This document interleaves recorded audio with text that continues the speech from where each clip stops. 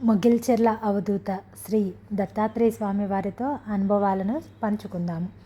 పెరుగుపల్లి గోవిందమ్మ స్వామికి బియ్యం తీసుకొచ్చాను అంటూ 25 కేజీల బరువుండే బియ్యం బస్తాను స్వయంగా మోసుకువచ్చి మందిరంలో పెట్టేవారు గోవిందమ్మ. ఆవిడ వయసు 60 ఏళ్ల పైమాటే. సింగరాయకొండ వాసియురాలు. పెరుగుపల్లి గోవిందమ్మగా అందరూ పిలిచేవారు. సౌమ్యంగా, చిరునవ్వుతో, అత్యంత వినయంగా ఉంటూ బియ్యంతో పాటు తులసితో కట్టిన మాల, మల్లెపూల దండ తీసుకొని ప్రతి నెలలో 2 సార్లు మొగిల్చెర్లలోని శ్రీ స్వామివారిని దర్శించటానికి వచ్చేవాళ్ళు. అర్చక స్వామి అలంకరిస్తే ఎంతో సంతోషించేవారు. ఆ నిమిషంలో ఆవిడ ముఖంలో కొండంత తృప్తి కనిపించేది. గోవిందమ్మ గారికి 3 సంతానం. 2 కుమారులు, 1 కుమార్తె. పిల్లలు చిన్న వయసులో ఉన్నప్పుడే భర్త అకాల మరణం పాలయ్యారు. చిన్న పిల్లలను పోషించే భారం ఆవిడ మీద పడ్డది. మొదటి నుంచి మొగిల్చెర్లలో సిద్ధి పొందిన శ్రీ దత్తాత్రేయ స్వామి వారి మీద అచంచల భక్తి విశ్వాసాలు కలిగిన గోవిందమ్మ గారు ఆ స్వామివారినే నమ్ముకున్నారు. అంతవరకు భర్త నిర్వహిస్తున్నటువంటి రేషన్ దుకాణాన్ని తాను నిర్వహించసాగారు. గోవిందమ్మ గారికి చదువు లేదు. పిల్లలకి మాత్రం మంచి చదువులే చదివించారు. క్రమం తప్పకుండా శ్రీ స్వామివారి సమాధిని దర్శించుకొని శ్రీ స్వామివారికే తమ కష్ట సుఖాలు విన్నవించుకునేవారు. గోవిందమ్మ గారి కుమారులిద్దరూ ఉద్యోగాలలో చేరారు. 1 కుమారుడు అమెరికాలో ఉంటున్నాడు. మరో కుమారుడు బెంగళూరులో స్థిరపడిపోయారు. కూతురికి వివాహం చేశారు. అన్ని బాధ్యతలు తీరిన తర్వాత గోవిందమ్మ గారు మొగిల్చెర్లలోని శ్రీ స్వామివారి వద్దకు నెలలో 3-4 సార్లు వచ్చి వెళ్ళేవారు. ఎప్పుడైనా గోవిందమ్మ గారు రావటం ఆలస్యమైతే ఈ వారం గోవిందమ్మ గారు ఇంకా రాలేదు అని మాలో మేమే విచారించుకునే వాళ్ళం. ఎన్నడూ నేను ఇబ్బంది పడలేదు. ఏ కష్టం వచ్చినా స్వామివారే క్షణాలలో తీర్చేసేవారు. నాకు బాధ్యతలన్నీ తీరిపోయాయి అని ఆ స్వామిని మర్చిపోతానా?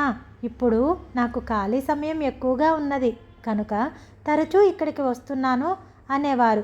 చిత్రం ఏమిటంటే ఏమీ చదువుకోకుండా అమాయకంగా ఉండే గోవిందమ్మ గారు అమెరికాలో ఉన్న కుమారుడి వద్దకు ఒక్కటే వెళ్ళేసి వచ్చేవారు. అమ్మ, మీకు ఎక్కడా ఇబ్బంది కలగలేదా అని అడిగాను ఒకసారి. మధ్యలో విమానం కూడా మారాలి కదా, మరి భాష సమస్య ఎదురు కాలేదా? ఎలా వెళ్ళగలిగారు అని అడిగితే పెద్దగా నవ్వేవారు గోవిందమ్మ గారు. 4-5 సార్లు వెళ్ళానయ్యా, ఎప్పుడూ ఎటువంటి ఇబ్బంది కలగలేదు. విమానం మారేటప్పుడు ఆ స్వామి ఎవరో ఒకరిని తోడు చేసేవారు. వాళ్ళు నన్ను నేను ఎక్కవలసిన విమానంలో కూర్చోబెట్టేవారు అని భక్తిగా చెప్పేవారు. ఆవిడ తాను చేస్తున్న ప్రతి పనిలోనూ శ్రీ స్వామివారినే చూసేవారు.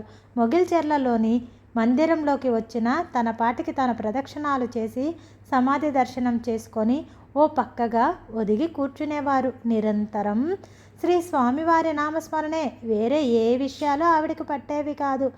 ఆరోగ్యం బాగాలేకపోయినా, కూతురు వారిస్తున్నా అలానే మొగిల్చెర్లకు బస్సులో వచ్చి శ్రీ స్వామివారి దర్శనం చేసుకొని వెళ్తూ ఉండేవారు. సుమారు 1.5 సంవత్సరం క్రితం గోవిందమ్మ గారు మరణించారు. చివరి క్షణం వరకు శ్రీ స్వామివారినే స్మరిస్తూ గడిపిన గోవిందమ్మ గారు నిజంగా ధన్యజీవి. సర్వం శ్రీ దత్త కృప. పావని నాగేంద్ర ప్రసాద్, శ్రీ దత్తాత్రేయ స్వామి మందిరం, మొగిల్చెర్ల గ్రామం, లింగసముద్ర మండలం, నెల్లూరు జిల్లా. ఎవరికైనా తీరని సమస్యలు ఉంటే మొగిల్చెర్లలోని స్వామివారిని దర్శనం చేయండి. సమస్య మీది కాదు, పరిష్కారం మాత్రం స్వామివారు మీకు ఖచ్చితంగా ఇస్తారు.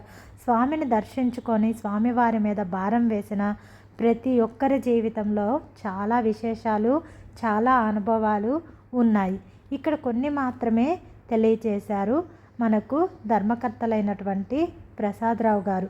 వీరు అందిస్తున్న సమాచారాన్ని నేను ఇక్కడ పంచుకోవటం నాకు చాలా సంతోషంగా అనిపిస్తుంది. స్వామివారి గురించి మీకు ఏ విధమైన డీటెయిల్స్ కావాలన్నా ఇక్కడ పొందుపరిచినటువంటి నెంబర్కు మీరు కాల్ చేసి వారిని అడిగితే అన్నీ వివరంగా చెప్తారు. తీవ్రమైన సమస్యలకు కూడా స్వామివారి చుట్టూ ప్రదక్షిణ చేసి ఆ స్వామి యొక్క సమాధిని దర్శనం చేసుకొని ఆయనదే భారమని మీరు ఇక ఆయన చెంత కాసేపు ధ్యానం చేసుకొని వెళ్ళారు అంటే మీకు అక్కడ నుంచి సమస్యకు పరిష్కారం అనేది మీకన్నా ముందుగా మీ ఇంటికి చేరుతుంది. కఠినమైన సమస్యలకు సైతం సులభ మార్గము శ్రీ దత్తాత్రేయ స్వామి వారిని దర్శనం చేసుకోవటం. జై శ్రీదత్త, జై గురుదత్త. సర్వం శ్రీ గురుదత్త అనుగ్రహంగా చెప్పుకున్నాము. దయచేసి అందరూ మారుమూలున్నటువంటి మొగల్చెర్ల గ్రామానికి విచ్చేయండి, స్వామివారిని దర్శించండి. అందరూ రావవలసిందిగా మనవి.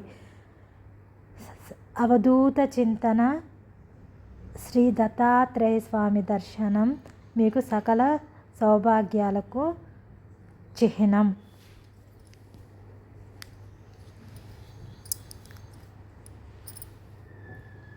శ్రీదత్త గురుదత్త. జై గురుదత్త, జై గురుదత్త, జై గురుదత్త. దిగంబర దిగంబర శ్రీపాద వల్లభ దిగంబర దిగంబర శ్రీదత్త ప్రభు నీకు నమస్కరిస్తూ ముగిస్తున్నాము.